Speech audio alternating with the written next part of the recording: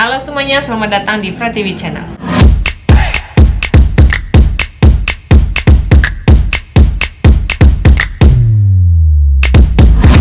Jadi akhirnya setelah melewati perdebatan yang cukup panjang, Snowdrop akhirnya merilis jadwal resmi terkait drama yang akan dibintangi oleh salah satu member dari Blackpink ini.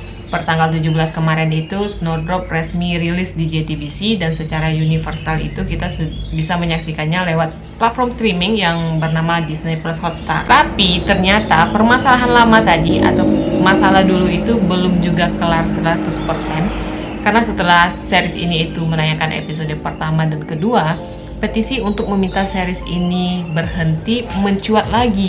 Nah, jadi di video kali ini saya akan coba merangkum kronologis munculnya petisi untuk pemboikotan dari series Snowdrop ini, serta kita sama-sama cari tahu seberat apa masalah yang dialami oleh series ini sampai-sampai mengancam penayangannya gitu.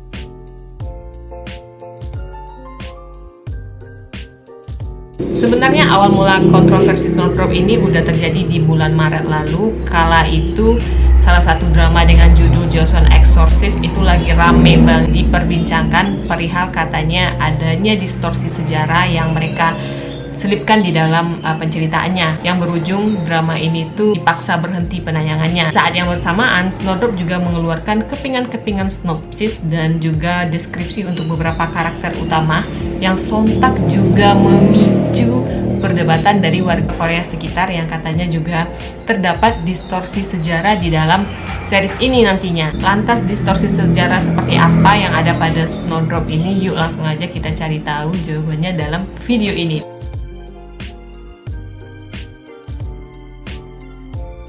Snowdrop itu mengambil latar penceritaan di tahun 1987, masa dimana saat itu tengah terjadi sebuah gerakan yang namanya pro-demokrasi yang dilakukan oleh sekelompok mahasiswa, aktivis, dan para pengunjuk rasa untuk melengsarkan kediktatoran pemerintahan pada saat itu. Kisah sejarah seperti ini sebenarnya di beberapa film sudah diwakilkan melalui Taxi Driver-nya Song Kang-ho misalnya, atau Kim Tae-ri di dalam film 1987 When the Days Come, yang mengambil sudut pandang dari gerakan mahasiswa atau pengunjuk rasa yang mati-matian menyerukan kebebasan untuk warga Korea dari kediktatoran pemerintahan pada saat itu. Apa yang ditampilkan oleh Taxi Driver dan 1987 itu adalah sudut pandang yang pas untuk menggambarkan apa yang terjadi pada keadaan di Gwangju atau di Korea pada tahun 87 itu dengan sangat baik gitu loh. Jadi terbukti dua film ini tuh mendapat respon positif dan beberapa kali juga memenangkan award. Intinya dari apa yang saya baca, apa yang menjadi poin penting dari peristiwa di tahun 87 itu adalah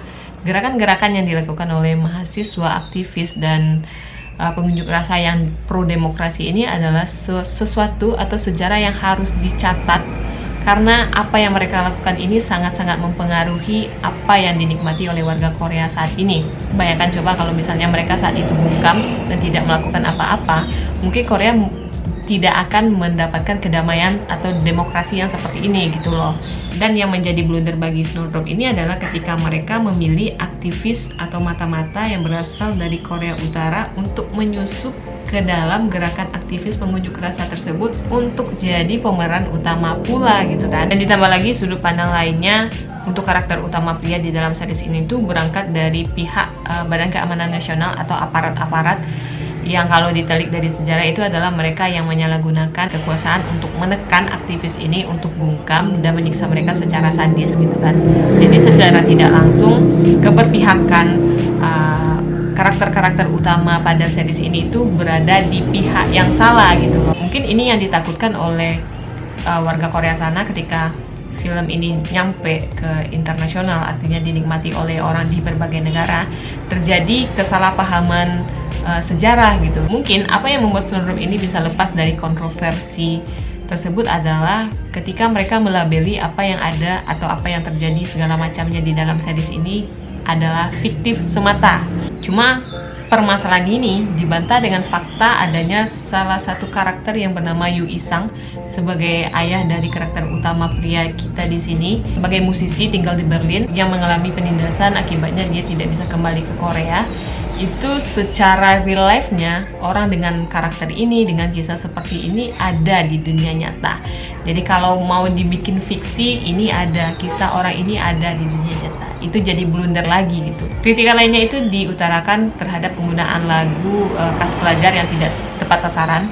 Penggambaran scene yang digambarkan itu tidak cocok dengan apa yang dialami oleh mahasiswa atau pelajar pada saat itu yang dibantai, bahkan secara tidak langsung tertuduh sebagai mata-mata, disiksa dan lain sebagainya macamnya. Tahun 87 itu adalah tahun yang sangat-sangat kelam lah istilahnya untuk para mahasiswa, tahun yang penuh dengan darah, pengorbanan gitu kan. Jadi ketika apa yang ditampilkan oleh Snowdrop ini penuh dengan keceriaan, itu tidak sesuai dengan bagaimana keadaan yang terjadi di tahun 87 pada saat itu.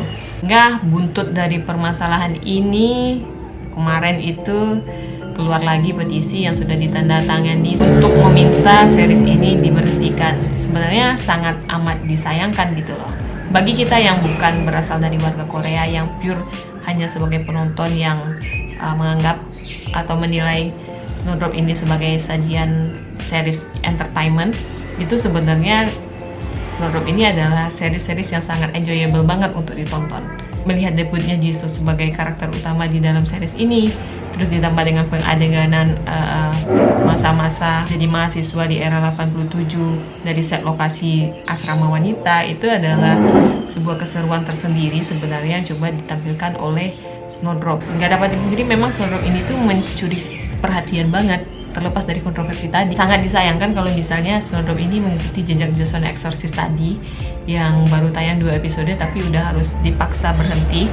Dan harapannya saya sih semoga pihak dari produksi film atau series ini segera menemukan celah untuk mempertahankan series sebagus ini. Tapi dengan mempertahankan Snowdrop ini, dengan mencari cara untuk aman ya, aman untuk semua pihak, itu adalah PR yang cukup besar sih sebenarnya oleh pihak produksi. Kalau misalnya mau di reshoot atau dilakukan tag lagi dari awal, itu akan sangat merepotkan karena rata-rata pasti ceritanya akan diubah, tapi kita nggak tahu lah ya. Sehingga kita itu bisa melihat performa acting dari Jisoo lebih lama lagi, karena sebagai debut pertama dari Jisoo, apa yang ditampilkan Jisoo ini sudah bagus, walaupun sebenarnya dari permainan mata itu masih kurang bernyawa, tapi untuk episode pertama dan kedua saya rasa udah oke gitu kan, karena mungkin untuk kelanjutan episodenya juga lebih bagus gitu kan. Oke lah ya, itu aja mungkin pembicaraan singkat kita mengenai kronologis dari munculnya petisi untuk pemboikotan dari drama Snowdrop ini. Kalian komen di bawah dong, apakah dengan permasalahan ini kalian lebih setuju Snowdrop ini dihentikan atau tetap lanjut gitu. Oke, terima kasih banyak untuk teman-teman yang udah nonton video ini.